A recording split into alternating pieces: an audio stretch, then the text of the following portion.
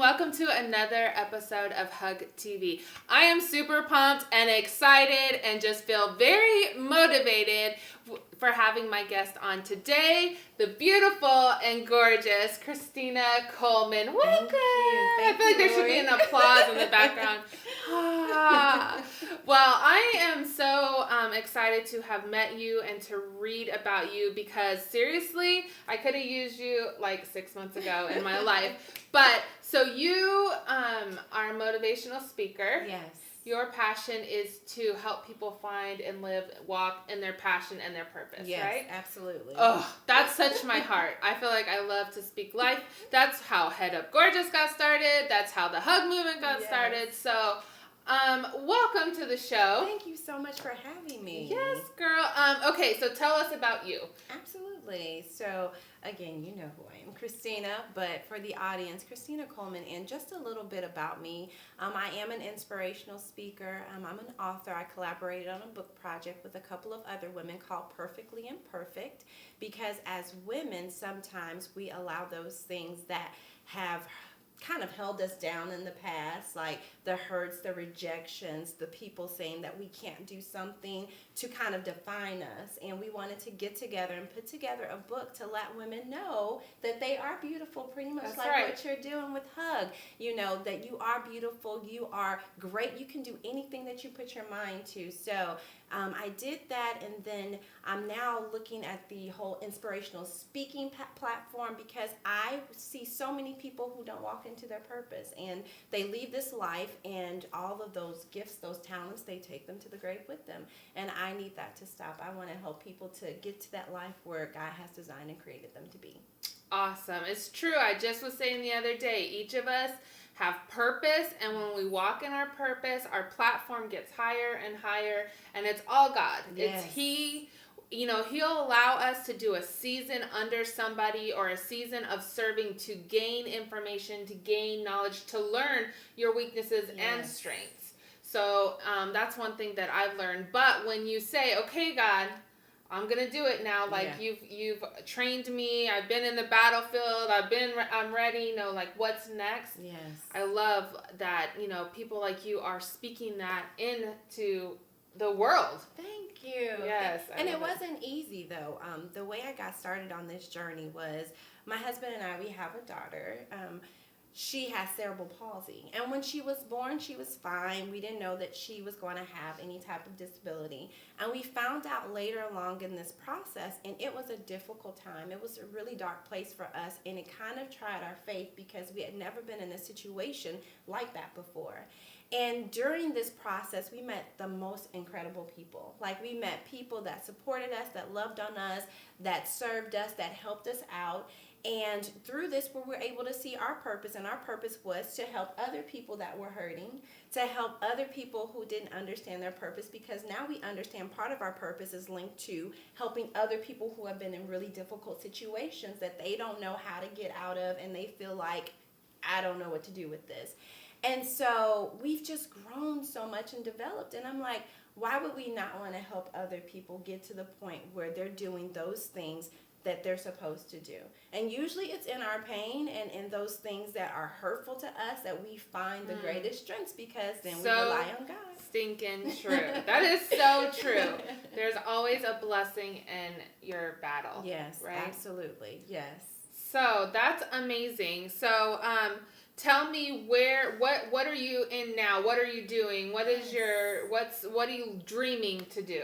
Well, my dream is to continue to motivate and inspire people just on a bigger platform. So I'm trying to get myself out there through speaking engagements and through connecting with people, because I want people to really understand that there's so much in them. But sometimes it's just battling the mind and just getting your mind to know that I'm worth it and I'm good enough to do these things that God has called me to do. So just trying to get out there and inspire and encourage other women, other men, whoever God puts in my path to say, look, you're worth it. You can do this. God has so much greatness in the inside of you. You need to start doing something with it. So I'm just taking that platform through YouTube and social media like Facebook, Twitter, and Instagram, and getting my messages out there so people can hear them. So hopefully it'll inspire someone. You speak at conferences. Yes. You speak at any event, pretty much, Yes. correct? So it doesn't have to be church. It could be any event in general. Any event, yes. Awesome. So how do they book you? How do they reach out to book you? Absolutely. So the easiest way to book me is through my website, www.KristinaColemanSpeaks.com. I'm also on all your social media. So on Facebook under Kristina Coleman, author and inspirational speaker, and on Instagram, Twitter, and YouTube under Kristina C. Speaks. Awesome. I have a question for you.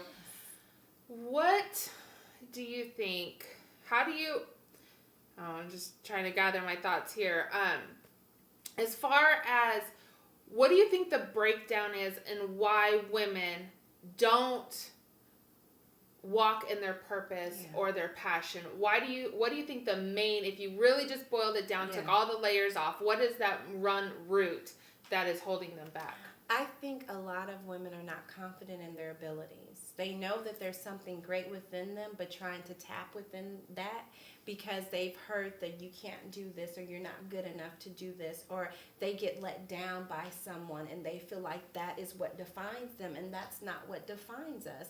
And so you need someone sometime, like Head Up Gorgeous, to say, hey, you're beautiful, you're gorgeous, I got you, and to give them that boost of confidence to know that, yes, you can do this. Right. So I think that's the biggest thing, is just that confidence. And once we hear those things that we can or we're not good enough, sometimes we allow that to shape the rest of our lives, and we stop doing those things that we should be doing. Right. I really feel like with the confidence comes the comparison and just the reality of reality TV or what we're seeing.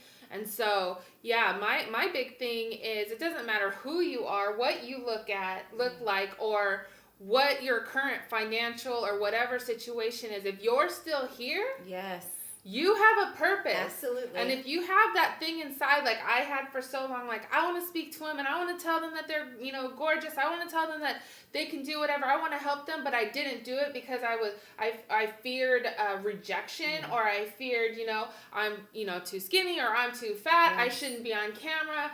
All of that was just the devil's way of holding me back. And so I just think that if us as women can come together and continue to push and encourage our girlfriends, and say, like, I got you, I'm beside you, how can I pray for you? Tell me what you need. If I know somebody, I'm going to give it to you, and not try to hold everything to ourselves. That's good, Lori, because that's the thing. Sometimes as women, we don't come together and band together. It's like you hear women say, well, I don't get along with women. Well, why not? You're a woman. What is it that's keeping you from getting along with your sister? There should be a sisterhood between us where we can connect and we can uplift each other and support each other. There's so much power when we get together and we encourage each other and we inspire each other and we learn from each other. So even from our differences, from our skin color to our height to our weight to everything, it's like we're unique, and we can take that uniqueness that God has placed in the inside of us and use it for our benefit, and also to help our sister out too. So I really think that whole thing about comparison is straight from hell. Because when I think about it, let's just keep it funky. Women hold it down. Like, we hold down the house. We support our husbands. We're making sure our home is decorated. We're working. We own businesses. We do ministries. God has given us the ability to be multitaskers. So Satan is like, okay, well, I can't do that. I can't do that. I can't do that. What I can do is create a division and an insecurity. And I really think it also boils down to not knowing your identity in Christ. So if I don't know my identity, then yes, I'm going to be threatened. You and I both have the same passions. I would be threatened if I didn't know my identity. But because I do know that each of us have our own purpose, I can say, hey, girl, I want to support you. How can we get her booked at your conference? How can we do this? How can we do that? So how do we help our sisters know their identity in Christ? That's good. I think the biggest thing is first to break down this fear that some women have against other women and say, you know what, I'm just like you. You know, just because I look this way or I speak this way, we're the same. You know, we believe the same. And so how about we get together and kind of learn from each other? And that's the biggest thing. It's like if we can learn to learn from each other and just to love on each other and to hug on each other, right? And to encourage each other, I think that will start to break down those barriers. But it's when we stay in this position of, I'm going to stay over here, it's my four, no more, you know, and I'm not going to get to know you. I'm not going to reach out to you because you may think you're better than me. No, I don't know that because I don't know you. So I think it's just getting to know people and saying, hey, can you help me? Or how can I help you? How can I be of service to you? I think those are the things that are going to help us as women unite and stand and do those things that God has called us to do.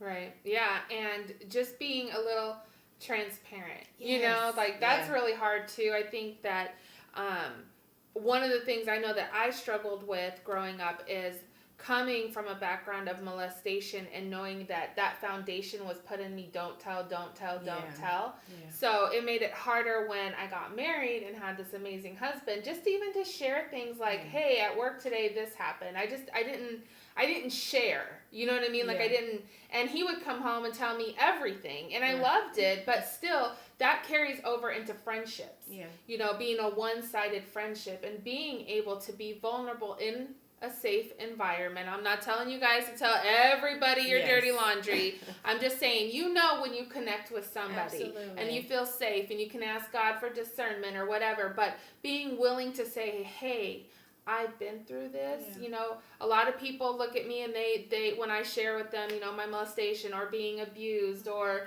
being beaten, they don't see that. Or being super ghetto when I was younger, you know, like having the long SWV nails. I mean, my nails are still long, but they don't see that in me because they're making presumptions and judgments off of what they see on the outer side. They don't know the struggle on the inside. So if I'm vulnerable enough to share in confidence with somebody, then they're going to be able to grow from that. Absolutely. And I think some people, when they think about vulnerability, they think it's a bad thing. But vulnerability means that you're willing to open up yourself and love someone enough to share some of those things that happen to you so you can help someone else out. Right. And I think that's the biggest thing as sisters, as women, that we need to look at and we need to do for each other is say, you know what, I've been there, you know, or I've dealt with this situation. I know when I was growing up, it was, you have to be perfect. And so if I wasn't perfect, I didn't share because I felt like I was failing. Or it was, oh, you're the tall, skinny black girl, you know, and so. Have to be at the end of the line, sit in the back of the class. Girl, I know. So you feel like, you know, less than, or I didn't feel like I fit the mold. Right. And so then I had all of these walls up and I wouldn't let anyone in. And it wasn't until I started breaking down those walls and connecting with other people and other women that I realized they're not there to hurt me. They want to help me. They want to love on me. They want to be my friend. They want to empower me. Yeah. But we can't empower each other if we don't connect with each other. Right. Kind of need that. They go hand in hand. That's such good stuff. Yes. Well, thank you so much. I have 2 little hug bracelets, one for you to give away to a sister. And again, reach out to my girl, book her for your next conference, your women's event, motivational speaking, whatever. Go check her out. And thank you so much for joining us. And as always, head up, gorgeous. God's got you. And